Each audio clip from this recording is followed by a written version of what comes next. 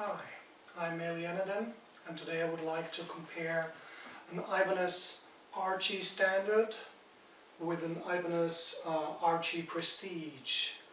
What's the difference? Is it worth paying triple the money, or is it negligible? So let's find out. Let's start with this RG. This is a fixed bridge version, the RG421MSP-TSP. It's also available in a very similar edition, just like this one, with a tremolo, ash body and so on. But I've got this one, so this is sub $500 or euros, if you will, so about 400 euros. 450 to $500, I'd reckon. Let's see, what's the difference? First of all, I feel the neck is the biggest difference. This one has the Wizard 3, and what that means is, first of all, it's not with a satin finish. It doesn't feel as smooth.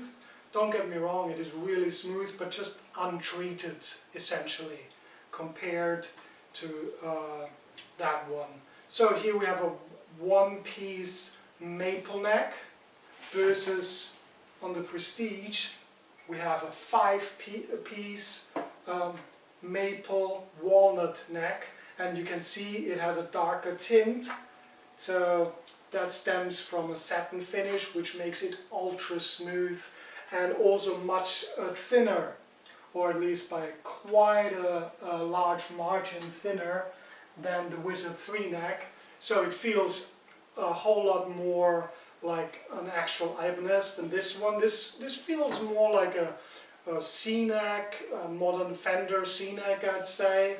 It's quite round, to be frank, but still comfortable. So it's just, you know, it's nicely done overall, I'd say, but it's nothing woohoo.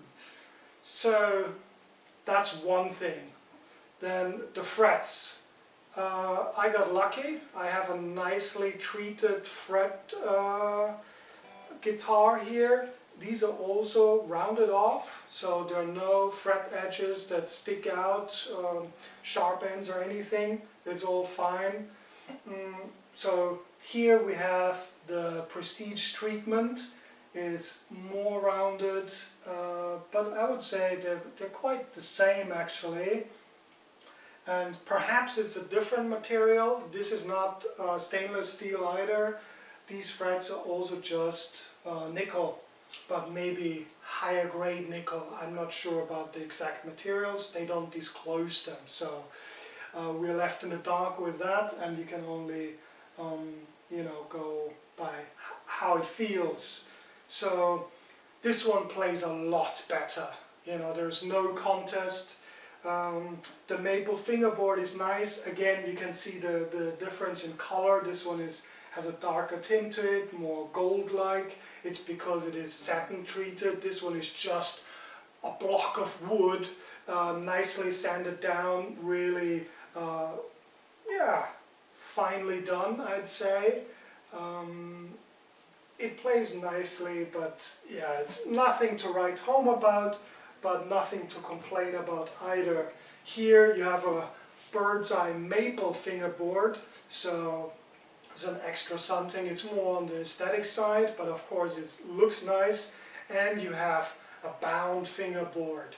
I personally don't like this yellow binding. I'd much prefer flamed maple or just any kind of wood binding. Would be preferably a non-tropical wood binding would be preferred, but you know, it is what it is, and I've come to get used to it. It's fine, but of course this means it's much more work also around the headstock. There's the binding, the whole body as well, but so that's an extra element. So we have satin finishes, we have just this extra care taken with a bound fingerboard, bird's eye maple, a five-piece extra thin. This is the Super Wizard neck, so it's really, you know, Steve Vai thin, and five-piece neck. So you still have the plastic black dots, but that's the difference when it comes to the neck, I would say, and the fingerboard. So here you just got a one-piece maple, it's nicely sanded down. Also you have on that, you don't even have a volute, yeah, I think it's called a volute. Here you have a nice volute, I hope that's the right word, but here you don't even have one. That may add to the stability, I'm not sure, but here it's quite flat. Here you have a little bit something, but I don't know, it's more aesthetic wise. The neck access heel here is really nice. It's also contoured here. You have no problems getting to the 24th fret at all. It's just as comfortable as here, I would say. So no difference in that respect. You can see it's about the same here. Just as comfortable, same. So that's definitely nicely done. Craftsmanship.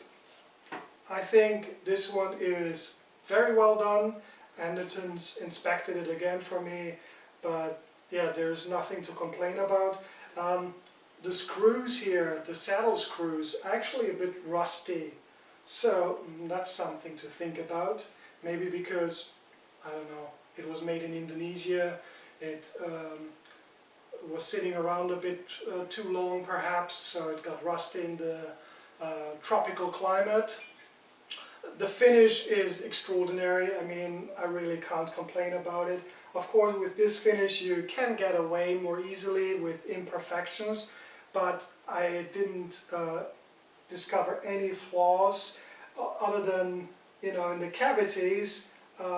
Here there's no finish, and here there's no finish. So that's where you can really see that, okay, didn't pay very close attention. In here there's a little bit of I don't know, residual stuff hanging. Here this is not so nicely done. So the craftsmanship overall is nice. This knob is also a bit to the side, so it's a bit askew. That's something I've just noted right now. Then you have pickup rings. Many people hate pickup rings. Here I don't mind them. I think they look quite good. So let's get to the pickups. These are quantum, so the Ibanez pickups, but they're hum-free in all positions. It's pretty much the same. So here you have the neck in series, then here parallel, then both humbuckers. Then here you have the inner or the outer coils, I don't recall, and then here you have the bridge pickup. You have a fixed Ibanez bridge, so it's just their own brand. I don't know how good these materials are, if they're the super steel or not. So craftsmanship, definitely not quite as nice, but still very good. Here the neck, there's a slight neck pocket here, so it's very thin, maybe under a millimeter, but it is noticeable, and you know, dust builds up over time, so it doesn't fit as tightly as this one. This one is just pitch perfect, I'd say. Other than that, craftsmanship is great. There are no pickup rings. These are Demasio, made in USA pickups. This is the Air Norton, and this is the Tone Zone bridge. Same constellation, so just what I said about this one. But here you have the edge tremolo. So this is a, you know, world famous, one of the best, if not the best locking tremolo, alongside with Floyd Rose perhaps. I've never tried one, which is incredible, maybe in a store. But yeah, you have a tremolo, so you can do a lot more in terms of dynamic playing. You know, you can play any kind of Joe Satriani, Steve Vai song, or whomever. You have flutter, you can go up, and these tremolos are really incredible. So that's something else. And of course you have the locking nuts. I upgraded to gold hardware, so this is not original. It was also Cosmo Black, just like the Ibanez Standard here. But yeah, craftsmanship is pretty much impeccable. I didn't notice anything. This is a 3-piece ash body, and you can see, I mean, they have, everything is just done so well. You see where the money goes, you know. It's just with the cavities even, you know, there's no problem at all. So clear winner here as well. But this is really good for sub 500, you know, dollars or euros. This is amazing. I mean, you can get this sparkle finish. Then the headstock. So what I like is this truss rod cover. Actually, you can just move it. You know, you don't have to unscrew it and take it off and adjust the truss rod. So this is really practical. And I prefer this over this one, even though this one looks better. It looks fancier. But this is more practical, so I would go with this one, even though it's just made from plastic. I mean, this one, I guess too, but no, some kind of aluminium, I'd say.